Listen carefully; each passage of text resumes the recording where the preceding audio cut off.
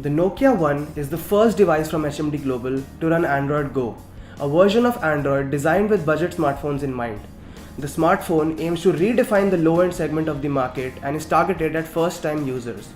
Can the Nokia One compete with the likes of the Xiaomi Redmi 5A? Let's find out. Before we go ahead with the video, don't forget to subscribe to our channel and be sure to hit the bell icon so you know when we have a new video. The Nokia One is made entirely out of plastic and is very compact and durable. The playful and colorful design is reminiscent of past Lumia smartphones, and the express-on covers allow for customization. At 9.5mm, this phone is not the slimmest around, but feels very comfortable in the hand thanks to its rounded body. Underneath the back cover, you'll find the removable battery, the two SIM slots and the microSD slot. A removable battery is a nice feature which is rarely seen in smartphones these days. The power and volume buttons are easy to reach and have good feedback.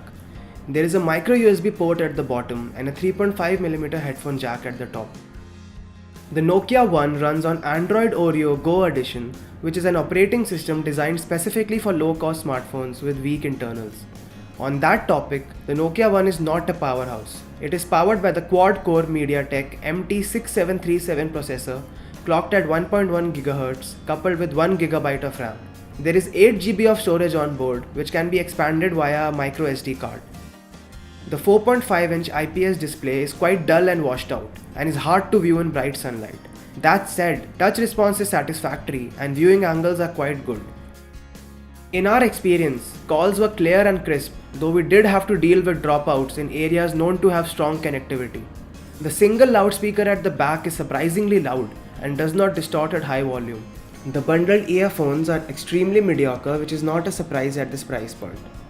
Although navigating through the core user interface is reasonably zippy, the phone slows down dramatically with even 5 to 6 apps open in the background. Even Subway Surfers, which runs without a hiccup on most smartphones, saw frame drops and stutters on the Nokia One. The phone also gets quite warm while playing games with a few apps running in the background.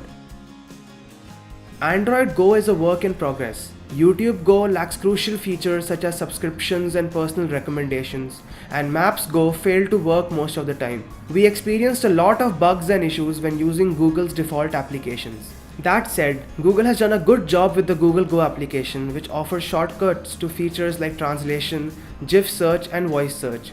The Files Go application, which helps you manage storage and offload unneeded files to the cloud, is also pretty nifty. There are a few Nokia additions on board as well, like Glance Screen, which displays notifications for missed calls, alarms and unread mails or messages on the lock screen. As expected from a low-cost phone, the cameras on the Nokia One are a bit of a disappointment. Photos taken with the rear camera in low light have a lot of noise and the colors are washed out. In adequate light, the camera performs better and manages to capture fairly accurate colors. That said, shots lack detail and the fixed focus sensor struggles with macros and close-up shots. The front-facing camera is strictly average as well. It has trouble in low light and produces noisy and muddy shots. Shots taken in daylight are slightly better and are good enough for social media use. Battery life is mediocre. With regular use, we barely manage to get to the end of the day on a single charge. A full charge takes about 2 hours, which is also a bit disappointing. The biggest issue with the Nokia One is its Rs 5,499 sticker price. It is priced too close to the Xiaomi Redmi 5A and the XR, which offer a much better user experience overall. If the smartphone had been priced a little lower, it would have been a decent option for feature phone users looking to upgrade. So that's it for our Nokia One review, and for all things tech, log on to Gadget360.com.